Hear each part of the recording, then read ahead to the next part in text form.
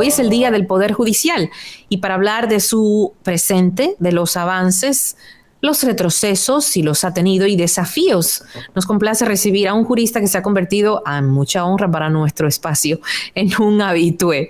Se trata de Francisco Álvarez Martínez, quien está con nosotros. Bienvenido, Francisco, qué gusto recibirte nuevamente. Muchísimas gracias por la invitación de nuevo, Miralo. Un placer estar aquí. Hoy es el Día del Poder Judicial. Cuéntanos un poco cómo encuentra nuestro sistema judicial este día en que se conmemora este importante poder del Estado. Bueno, el discurso que el magistrado juez presidente Luis Henry Molina dio el día de hoy fue bien gráfico respecto de algunos avances que durante años se han estado requiriendo del Poder Judicial, y es específicamente o especialmente en el tiempo de respuesta de la Suprema Corte de Justicia y de los casos que la apoderan. En los últimos 15, 20 años, probablemente un caso cuando llegaba a la Suprema Corte de Justicia duraba mínimo 4 o 5 años para tener una sentencia, y nosotros los abogados incluso en el cómputo de cuánto tiempo va a durar un litigio, siempre incluíamos que cuando llegaba a la Suprema uno tenía 3, 4, 5 años esperando un fallo, lo cual evidentemente provoca el sentimiento de que una justicia tardía al final no es justicia. Sin embargo, si los datos que el magistrado expuso en su ponencia son correctos, e incluso si tuvieran quizá un poco acercado, pero no necesariamente al 100%, hay un avance considerable porque según él hay ahora mismo un amor a cero. O sea, según el magistrado, desde el 2019 para acá, todos los fallos ya están o en proceso o ya han salido, lo cual es un avance increíble porque para nosotros eso quiere decir que a partir de este año 2022 los tribunales van a estar recibiendo casos nuevos y van a tener el tiempo de fallarlo en el tiempo que la ley o el legislador prevé. El otro tema que se tocó, que es un tema que incluso hemos conversado aquí en el programa, es sobre el aspecto de la virtualidad. Ante un rebrote de COVID tan grande como el que estamos viviendo en el mundo, porque no solamente en República Dominicana, las herramientas virtuales ahora hubiesen sido sumamente útiles. Nosotros, los abogados que litigamos, estamos viendo en los tribunales el mismo hacinamiento de personas. O sea, imagínate tú, wow, un tribunal del tamaño de una habitación normal, que tú le metas un juez, el personal administrativo y además 60 abogados, todos uno arriba del otro, es una fórmula del caos. Nosotros no tenemos que ir muy lejos para entender por qué los tribunales ahora mismo están casi todos con el personal al mínimo, porque se han infectado. Y él decía algo muy interesante, y era que la justicia virtual llegó para quedarse. Eso es un tema que yo sé que le causa mucha irritación a algunos abogados y a algunos sectores de la justicia, pero si todo va bien, ese proyecto de ley que conversamos y discutimos en una ocasión anterior, entonces eventualmente va a ser promulgado, y cuando sea promulgado, entonces la justicia virtual podrá volver. Así es. El problema es el timing, porque nosotros tenemos una urgencia sanitaria ahora. Y, por ejemplo, muchísimos colaboradores que tienen hoy COVID desde el Poder Judicial pudieran estar quizá aportando desde sus casas, y ahora mismo tenemos esa parte inhabilitada.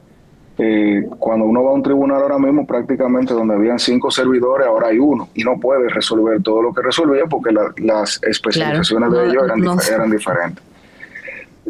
Y otra cosa también que el magistrado había mencionado era sobre a dónde va la justicia. Él tiene una visión que no necesariamente es compartida por todo el mundo, pero él tiene una visión de la automatización de la justicia que va de la mano con el tema virtual, porque hay muchos procesos y muchos procedimientos que hoy día son muy mecánicos, que requieren que un juez decida algo que es literalmente aritmética judicial, que eventualmente pudiera ser administrativo y sin necesidad de un juez. Entonces, yo diría que de cara al discurso, el Poder Judicial ha avanzado en el tema de la respuesta, del tiempo de respuesta, ha avanzado en el tema de la automatización de los procesos, de las estadísticas, pero sobre el tema ya empírico de cómo los abogados estamos viviendo la justicia, estamos viviendo un tiempo también un poco complicado desde el punto de vista de lo que es en sí la justicia y la administración de justicia.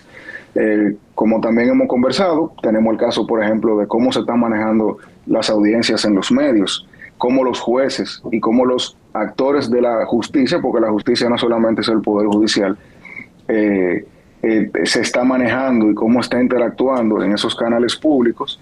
Y, por ejemplo, el hecho de que ahora mismo hay casos en palestra pública que no han sido conocidos, pero que ya están juzgados, entonces también nos llama a la reflexión de qué tipo de controles puede un juez, dentro del proceso que controla, implementar para tratar de reducir esa incidencia en la vida de las personas que están involucradas en esos casos.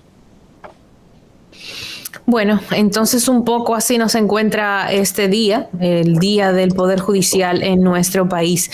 ¿Dónde radican, a tu juicio, Francisco, las resistencias a la virtualidad en el ámbito judicial del sector que no lo asimila o que no lo asume? ¿Qué es lo que digamos, ellos alegan? Hay un problema de dos vías. Está el problema político, o sea, como todo, hay una facción que literalmente lo que está dando carpeta política, y eso es oponerse irracionalmente a lo que sea que diga el otro bando. Y esa es quizá la que más daño hace, porque esa es la que tiene más tracción, por un tema incluso hasta económico. Pero cuando la justicia virtual comenzó por el COVID, no era opcional, sino que fue una imposición. Así que hay que verlo, porque era lo único que había. Entonces, nosotros tenemos una brecha tecnológica en nuestra población muy grande que no podemos ignorar. Incluso los jóvenes hoy día no tienen la capacidad técnica de asumir una educación virtual, porque lamentablemente nuestro país se ha mantenido más del lado de lo arcaico, de los libros y de todo eso. Entonces, cuando tú metes tecnología de un fuetazo, tú estás... Es un choque fuerte.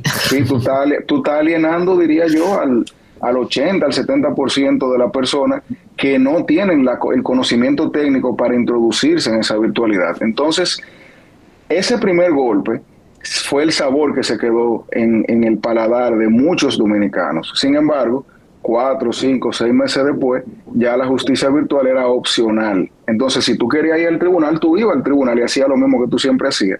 Y el que quería hacerlo virtual, lo hacía virtual. Entonces, esa diferencia de se impuso, pero es luego opcional, fue lo que no se terminó de entender dentro de la comunidad jurídica.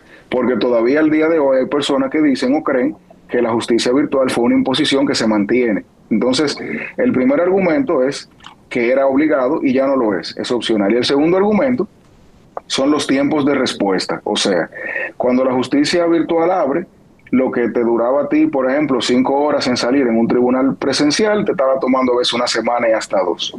Pero el problema era que tú tenías menos operadores manejando esa red, pero también tú estabas recibiendo muchísimas más solicitudes, porque la gente desde su casa estaba solicitando todo tipo de cosas. Entonces, esa problemática de los tiempos de respuesta, que lamentablemente también impactó negativamente la percepción de cómo funciona el ambiente virtual de la justicia dominicana, se ha ido reduciendo. Fue reducido muchísimo, y a lo que uno aspira es que sobre la marcha, en 1 año, en 2 años, en 6 meses, se reduzca tanto que se equipare al trámite presencial o incluso que lo mejore.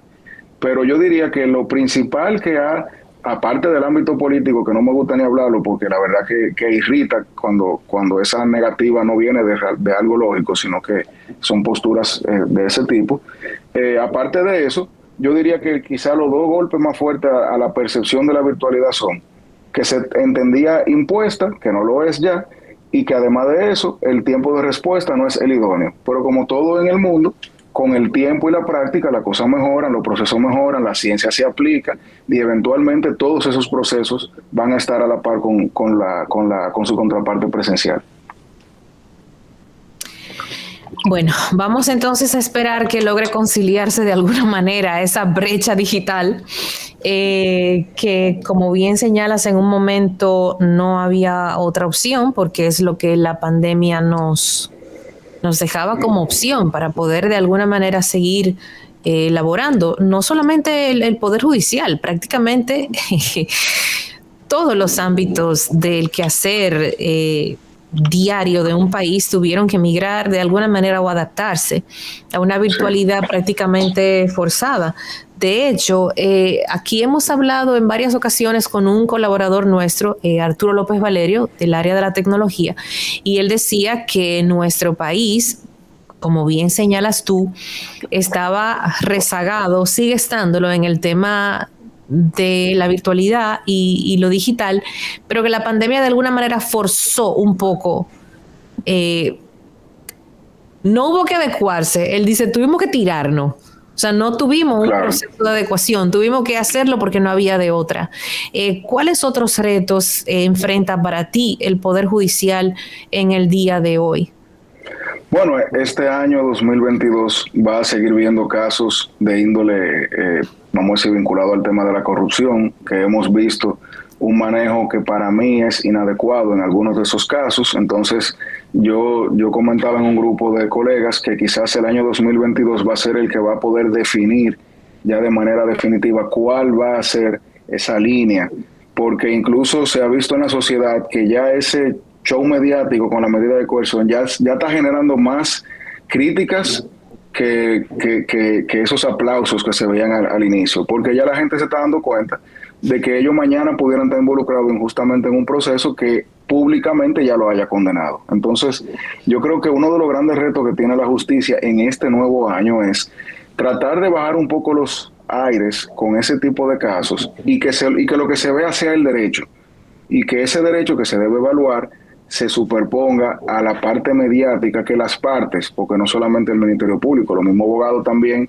hacemos uso de los medios, a veces como remedio y a veces como estrategia. Entonces, quizás en este año sí se van a poder adecuar un poco más a esa tranquilidad procesal que se requiere para juzgar ese tipo de casos, porque es evidente que van a seguir llegando. Entonces, estamos viendo una Cámara de Cuentas nueva que está produciendo informes con muchísima premura, informes buenos, informes malos, estamos viendo procesos penales de un alto nivel que también se están publicitando de manera previa en la noticia, en Twitter, en todas las redes sociales, por lo que ante esa avalancha de casos que aparentemente en este año vamos a ver, el Poder Judicial ya no puede darse el lujo de seguir montándose en esa ola de lo que pudiéramos llamar populismo penal, porque ya en este año, con ese volumen, el daño pudiera ser irreparable. Yo pienso que desde el punto de vista del derecho penal y de la política criminal del Estado, el reto de este año es